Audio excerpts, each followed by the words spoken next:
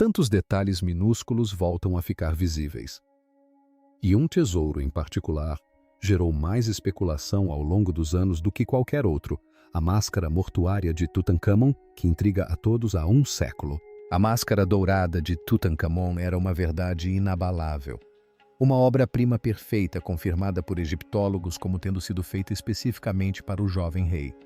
Mas essa certeza foi abalada no final de Language Not Registered for Generation, quando a máscara foi escaneada pela primeira vez usando tecnologia de imagem quântica, revelando resultados que chocaram todo o mundo acadêmico. Os dados revelaram uma verdade completamente diferente. Uma verdade oculta por Language Not Registered for Generation anos, sugerindo que o rosto mais famoso da história pode não pertencer à pessoa que pensávamos ser. A descoberta da máscara de Tutankhamon. Novembro de Language Not Registered for Generation. O ar paira denso e silencioso no Vale dos Reis, no Egito, após anos de buscas infrutíferas. O arqueólogo britânico Howard Carter está diante de uma porta selada com antigos selos reais. Um pequeno orifício é aberto no gesso. Uma vela é erguida e da escuridão de Language Not Registered for Generation anos, uma voz trêmula profere palavras que ecoarão pela história. Sim, coisas maravilhosas. Dentro da tumba cava Language Not Registered for Generation Jazz mais do que um tesouro. É um mundo congelado no tempo. Carruagens douradas, tronos incrustados de joias, estátuas pintadas que guardam o local em eterno silêncio. Enterrado profundamente dentro de 3 sarcófagos aninhados, repousa um objeto que se tornará para sempre o símbolo do Antigo Egito. A máscara dourada do faraó Tutankhamon. Não é apenas uma obra de arte, mas um artefato de fé absoluta.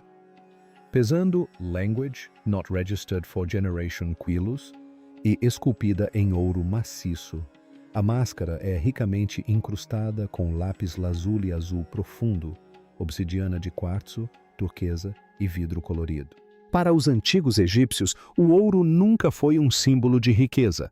Era a personificação física da imortalidade, a carne imperecível dos deuses. Esta máscara foi concebida como um instrumento essencial para a vida após a morte. Não foi criada simplesmente para identificação. Funcionava como um farol espiritual, um mapa imutável para garantir que a alma do rei, conhecida como Baá, pudesse encontrar o caminho de volta ao seu corpo após sua perigosa jornada pelo submundo.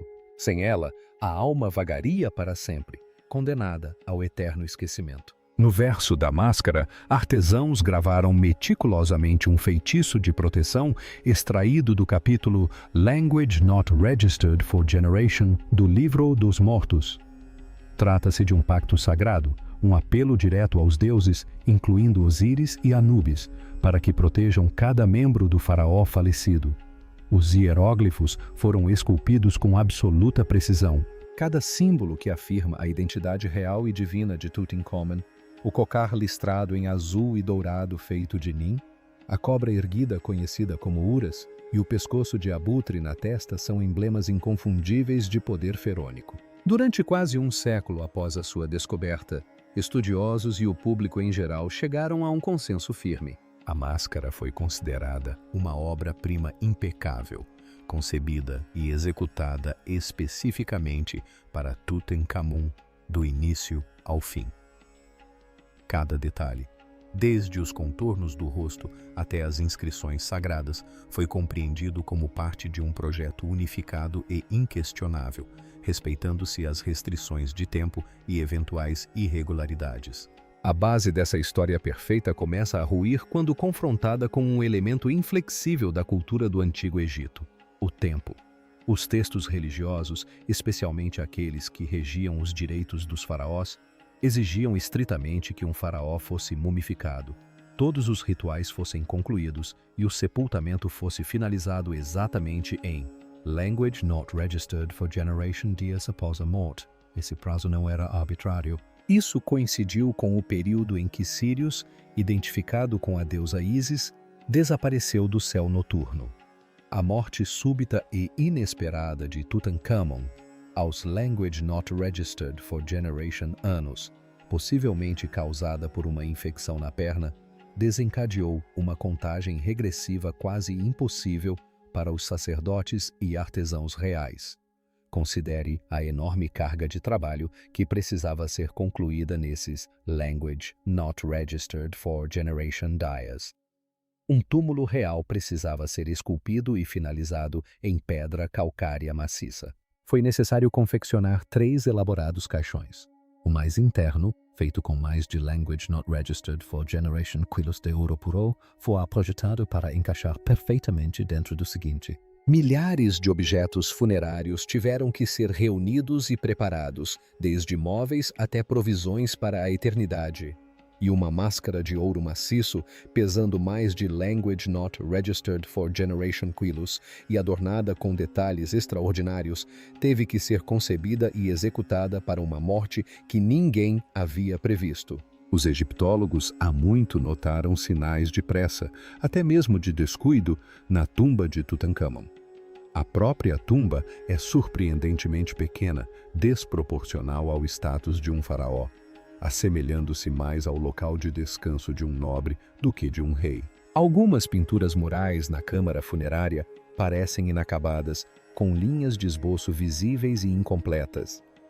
O enorme sarcófago de granito apresenta lascas nos cantos, evidência de que os trabalhadores tiveram que quebrar suas bordas para manobrá-lo no espaço confinado. As irregularidades não se limitam à arquitetura. Uma análise minuciosa dos objetos funerários revela que muitos itens parecem não ter sido feitos para Tutancâmon. Alguns dos caixões menores, que continham os órgãos internos do rei, mostram sinais de que o nome real original foi apagado e substituído por Tuts.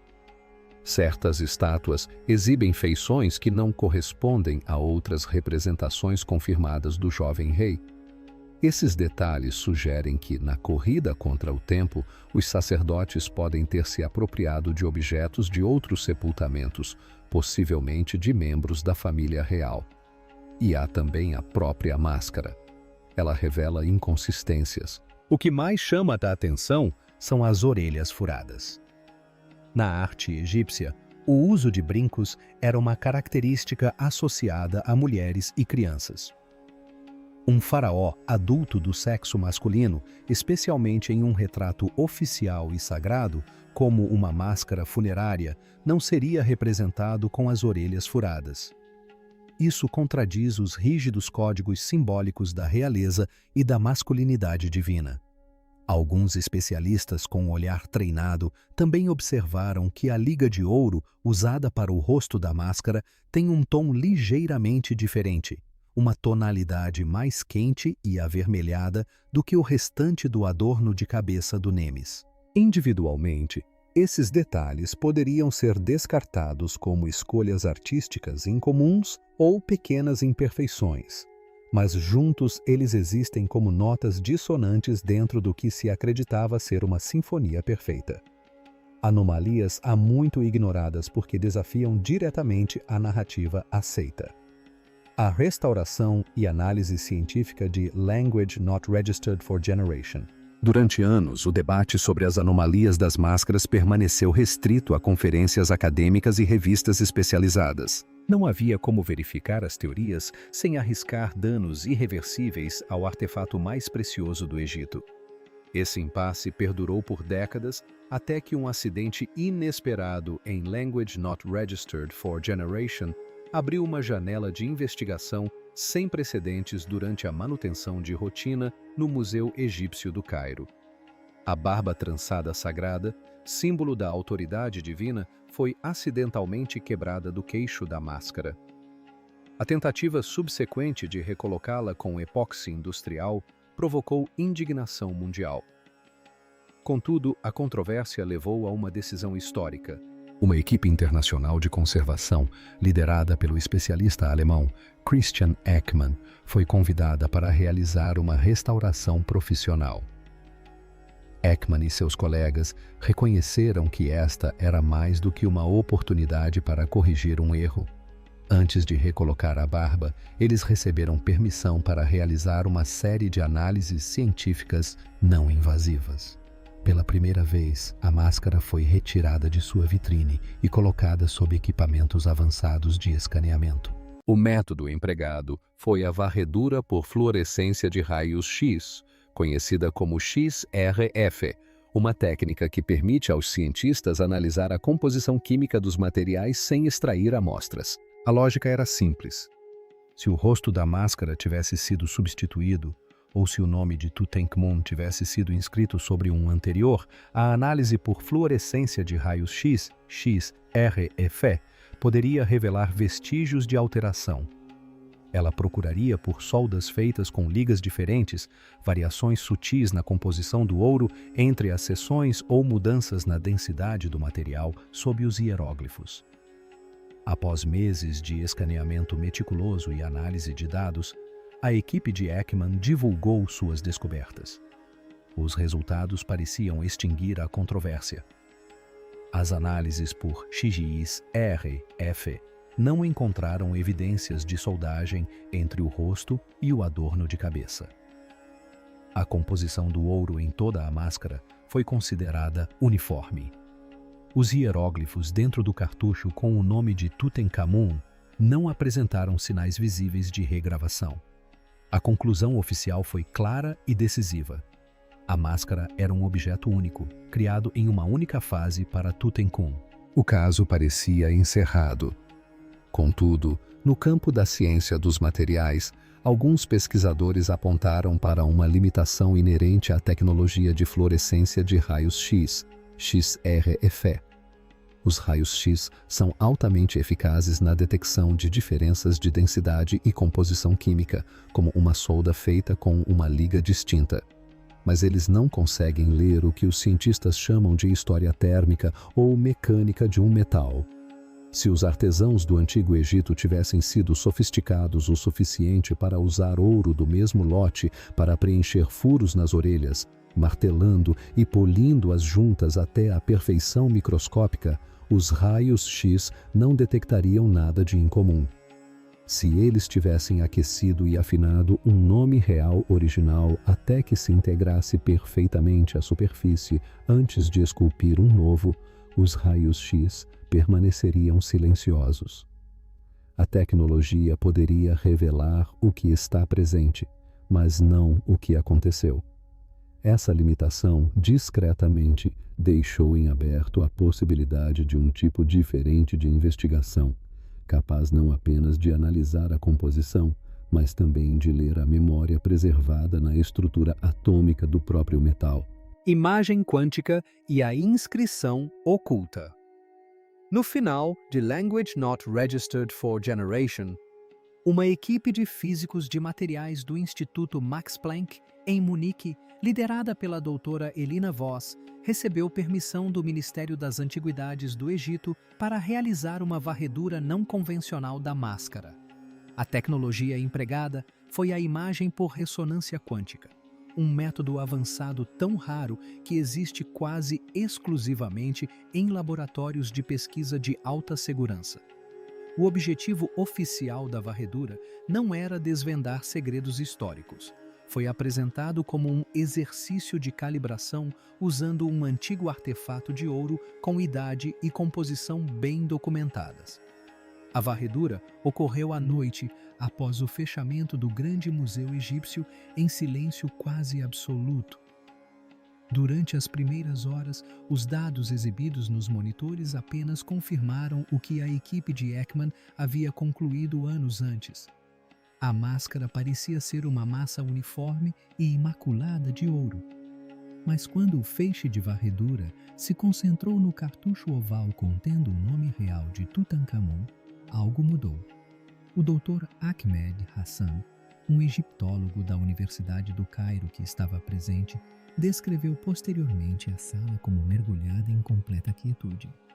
Na tela, abaixo dos hieróglifos visíveis, O sistema revelou não outro nome, mas um padrão localizado de distorção atômica. Era uma prova física de que o ouro naquele local exato havia sido martelado, raspado e retrabalhado de uma maneira completamente diferente de qualquer outra área da máscara. A equipe recalibrou o equipamento e repetiu a varredura. O resultado não mudou.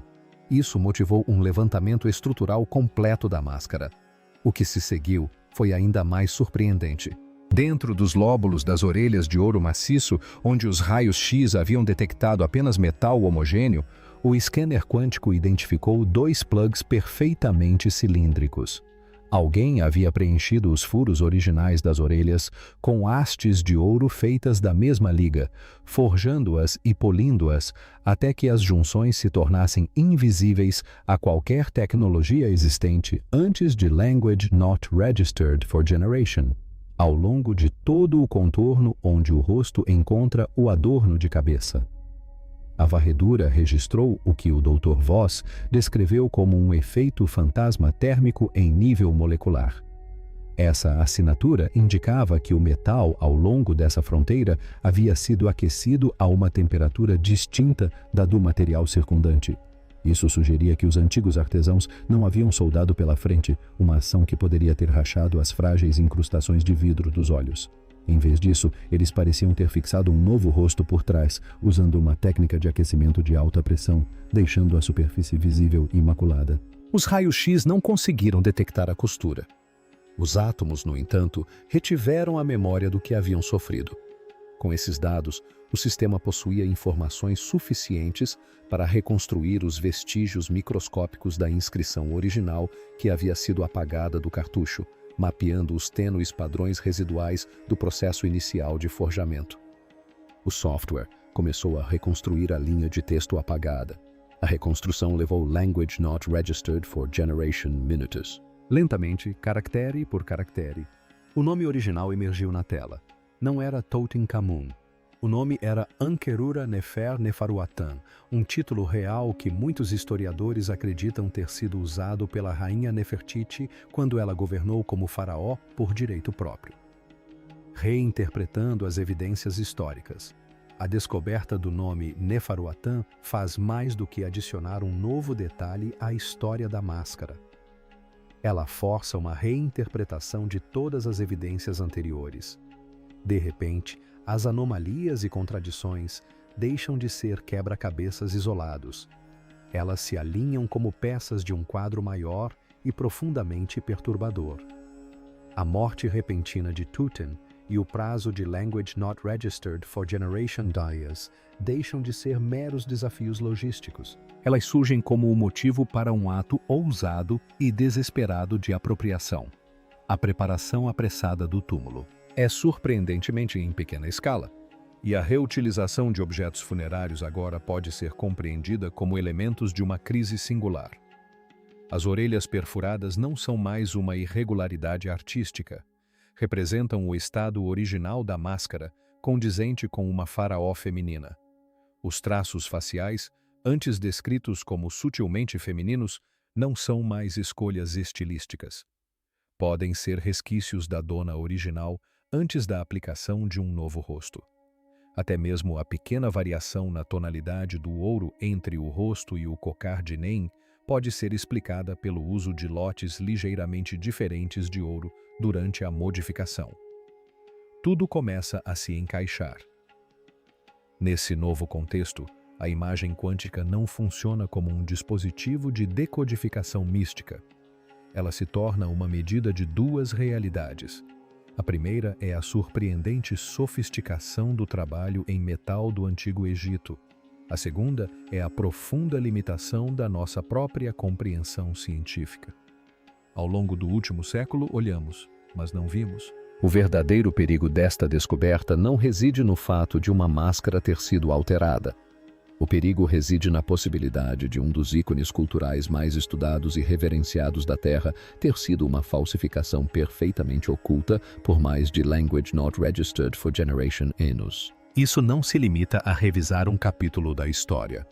Questiona os métodos pelos quais autenticamos o passado.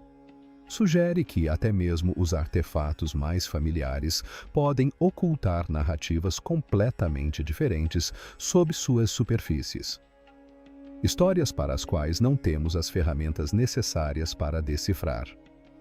Se uma verdade aparentemente imutável como a máscara de Tutankhamon pode ser derrubada, o que mais na história aceita se baseia em fundamentos que nunca questionamos? Resposta institucional e silêncio acadêmico. Os dados da varredura quântica existem, segundo fontes não oficiais.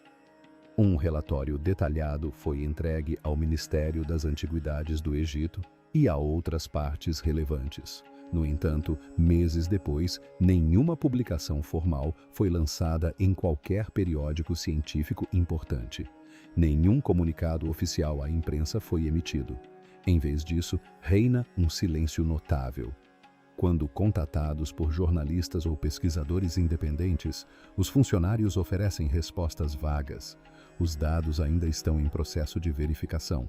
As descobertas continuam sendo objeto de discussão interna. Esse silêncio não sinaliza necessariamente uma tentativa deliberada de acobertamento. Reflete uma espécie de paralisia sistêmica. As carreiras de egiptólogos renomados, inúmeras publicações acadêmicas, exposições milionárias em museus e a reputação de importantes instituições culturais foram construídas sobre a narrativa aceita de Tutankhamon e seu tesouro.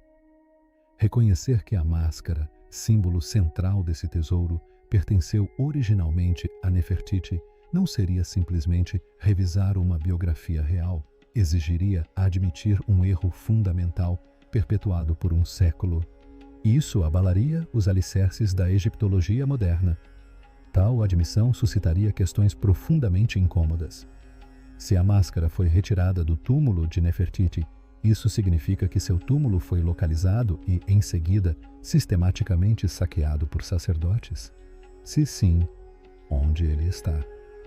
As implicações desencadeariam uma nova busca arqueológica com imensas consequências políticas e culturais. Os dados brutos da digitalização podem ter circulado discretamente em círculos acadêmicos restritos, mas nenhuma instituição se manifestou para confirmá-los publicamente.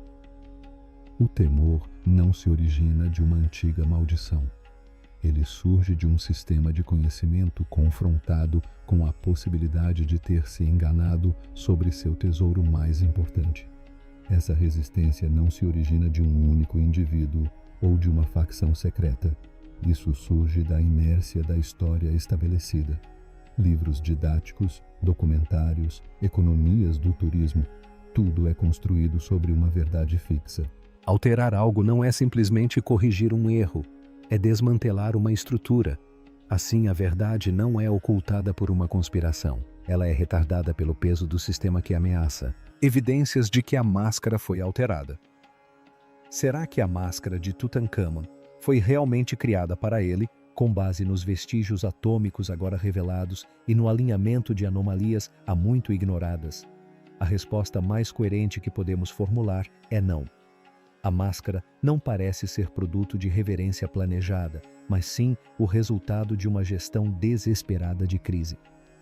O cenário reconstruído se desenrola da seguinte forma: quando o faraó Tutankhamon morreu inesperadamente, seu poderoso sucessor pode ter se apropriado do túmulo real maior, originalmente destinado ao jovem rei e o reivindicado para si.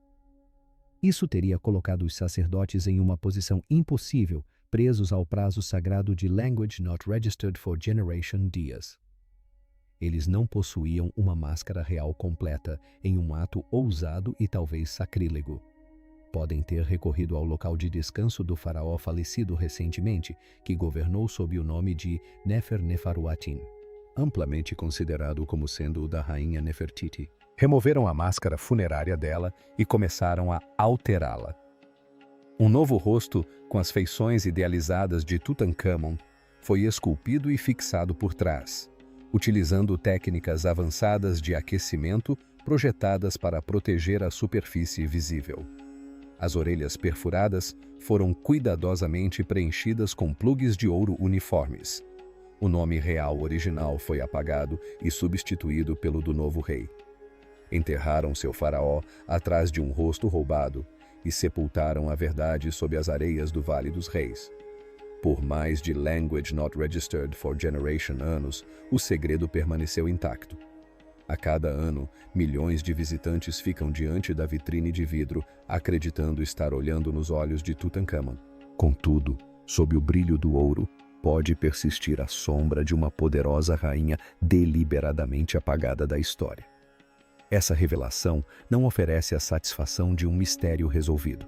Em vez disso, deixa um impacto psicológico, uma inquietação silenciosa sobre a autenticidade da própria história, e não encerra a narrativa. Abre uma última questão ainda mais perturbadora. Se a máscara de Nefertiti foi levada para Tutankhamon, de quem era a máscara colocada em sua múmia?